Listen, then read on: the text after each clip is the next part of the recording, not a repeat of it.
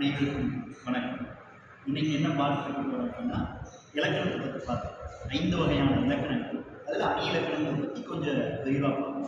இப்போ என்ன பார்க்க போகிறோம் அப்படின்னா, பெரும்பாலும் இலக்கணத்தில் இருக்கக்கூடிய சிக்கல்கள் மாணவர்களுக்கு எந்த அளவுக்கு இருக்குது, அந்த இலக்கணத்தினுடைய சிக்கல்களை எப்படி தீர்க்கணும் அப்படிங்கிறத பற்றி இருக்கு. ஒரு மொழியை முழுமையாக நம்ம தெரிஞ்சுக்கணும் அப்படின்னா, அந்த மொழியினுடைய இலக்கணத்தை படிக்கணும் அப்படிங்கிறது பெரியவர்களுடைய வாக்கு. இந்த வாக்குப்படி நம்ம என்ன பண்ணிக்கணும், நடந்துக்கணும். ஆகவே ஒவ்வொரு மாணவரும் இலக்கணத்தை தெளிவாக பிழையற கற்க வேண்டும். சரிங்களா? சில பேருக்கு சொல்லும் போது பிழை அதிகமாகும், சில பேருக்கு எழுதும் போது பிழை அதிகமாகும். பெரும்பாலும் மாணவர்கள் நிறைய எழுத்துக்களை எழுதும் போது பிழையாக எழுதிடலாம். அந்த மாதிரி பிழையாக இருக்கக்கூடிய எழுத்துக்களை எப்படி நம்ம சரி பண்றது அப்படிங்கிறத நம்ம இன்னைக்கு என்னன்னா பார்க்கலாம். இப்போ பார்த்தீங்க அப்படின்னா, இளங்கலை படிக்கக்கூடிய மாணவர்களும் சரி, அதற்கு முன்னாடி படித்த பள்ளி மாணவர்களும் சரி, நிறைய தமிழ் எழுதும்போது எழுத்துப்பிழை, சொற்பிழை, ஒற்றுப்பிழை போன்ற பிழைகள் அதிகமாக வருகிறது. இதையெல்லாம் மாணவர்கள் எப்படி குறைத்துக்கணும், எப்படி தவிர்த்துக்கணும் அப்படின்னு சொல்லி பார்த்தோம்னா, முதல்ல இலக்கணத்தை, எளிமையான இலக்கணத்தை என்ன பண்ணணும், படிக்கணும். பார்த்தீங்க அப்படின்னா, எளிமையான இலக்கணம் என்ன சொல்ல வருது அப்படின்னா, எப்படி எழுத்துக்களை முறையாக பயன்படுத்த வேண்டும், எந்த விதமான சொற்களுக்கு எந்த விதமான எழுத்துக்களை பயன்படுத்த வேண்டும் அப்படின்னு சொல்லி தெரிஞ்சுக்கணும். இதில் பார்த்தீங்க அப்படின்னா, குறில் எழுத்துக்கள் என்னென்ன அப்படின்னு சொல்லி நம்ம முதல்ல என்ன பண்ணிக்கணும், தெரிஞ்சுக்கணும்.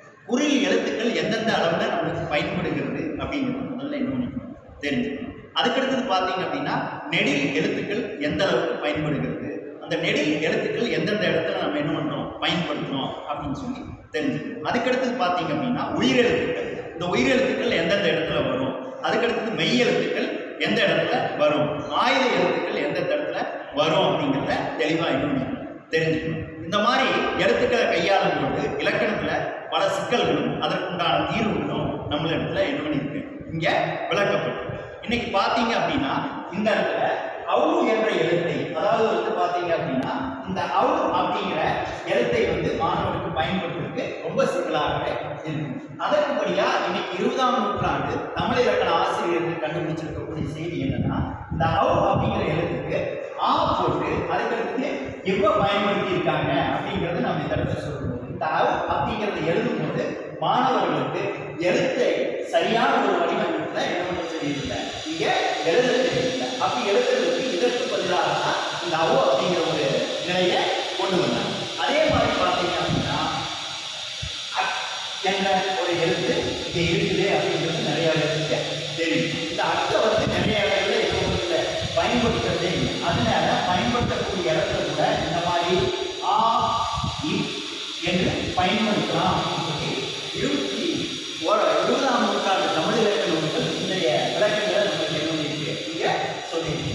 இவ்வாறு அவு என்ற சொல்லுக்கு பதிலாக அவு என்ற எழுத்துக்களும், அட் என்ற எழுத்துக்கு பதிலாக அட் என்ற எழுத்துக்களும் பயன்படுத்தலாம் அப்படிங்கிறத நம்ம இலக்கண ஆசிரியர்கள் என்ன பண்ணியிருக்காங்க, கண்டுபிடிச்சிருக்காங்க. அது மட்டும் இல்லாமல் நிறைய பிரச்சனைகள் எதனால் வருது அப்படின்னு சொல்லும்போது, இந்த எழுத்துக்களுடைய முறையாக இந்த எழுத்துக்கள் சரியான முறையில் எழுதப்படுறதில்லை அப்படிங்கிறத நம்ம சொல்லியிருக்காங்க. சில பேருக்கு ஓவுக்கும் அவுக்குமே சில மாணவர்களுக்கு என்ன பண்ணுறதில்ல, வித்தியாசம் இருக்குது.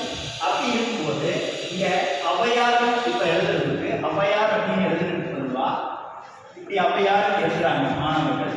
இப்படி எழுதும்போது இந்த அவ்வை அப்படிங்கிறது சொல்லுதல் நிறைய பிழைகள் வருது. அதுக்கு பதிலாக மாணவர்கள் எப்படி எழுதலாம் அப்படின்னா, ஔவையார் அப்படின்னு சொல்லி எழுதலாம் அப்படிங்கிறத இங்கே என்ன பண்ணியிருக்காங்க, கண்டுபிடிச்சிருக்காங்க. மாணவர்கள் இதை தப்பாக எழுதுறாங்க, இந்த மாதிரி எழுதுனா சரியாக இருக்கும். பார்த்தீங்க அப்படின்னா, இது ரெண்டும் ஒரே பொருள் தான் நமக்கு என்ன பண்ணுது, விளக்குன்றது. ஆனால் இது இருக்கக்கூடிய வேற்றுமை ஒற்றுமைகளை மாணவர்கள் என்ன பண்ணணும், அறியணும். வேற்றுமை ஒற்றுமைனா என்ன அப்படின்னா, ரெண்டும் ஒரே சொல்லத்தான் குறிக்கிறது. இது ஒற்றுமைன்னு சொல்லலாம். வேற்றுமைனா என்னன்னா, அந்த எழுத்துக்கள் எழுதக்கூடிய நிலைப்பாட்டை நம்ம என்னன்னு சொல்றோம், வேற்றுமைன்னு சொல்லி இதுதான் நம்ம மாணவர்கள் சந்திக்கக்கூடிய பிரச்சனை. இது மாதிரி நிறைய தமிழ்ல எழுத்துக்கள் இருக்கு, சொற்கள் இருக்கு. நம்ம சொந்ததிகாரத்தில் பார்த்தீங்கன்னா, எல்லா சொல்லும் பொருள் குறித்தனவே அப்படின்னு சொல்லி ஒரு செயல்பாட்டை ஆசிரியர் நல்லா விளக்கியிருப்பார். அதாவது தமிழ் எழுத்துக்கள் மட்டும் இல்லை, மனிதனுடைய வாயிலிருந்து பிறக்கக்கூடிய சொற்கள் அனைத்துமே பொருளை ஏதோ ஒரு பொருளை குறிக்கக்கூடியது அப்படிங்கிறத விளங்கியிருப்பாங்க. ஆகவே இளங்கலை மாணவர்கள் சந்திக்கக்கூடிய மற்றும் பள்ளி மாணவர்கள் சந்திக்கக்கூடிய பிரச்சனைகள் இருந்தால் இதிலிருந்து அவங்க மீண்டு வர்றதுக்கு என்ன காரணம் அப்படின்னா தமிழ் இலக்கணத்தை, அதாவது அடிப்படை இலக்கணத்தை தெளிவாக பயிர வேண்டும் என்பதே இன்றைய கருத்து. நன்றி.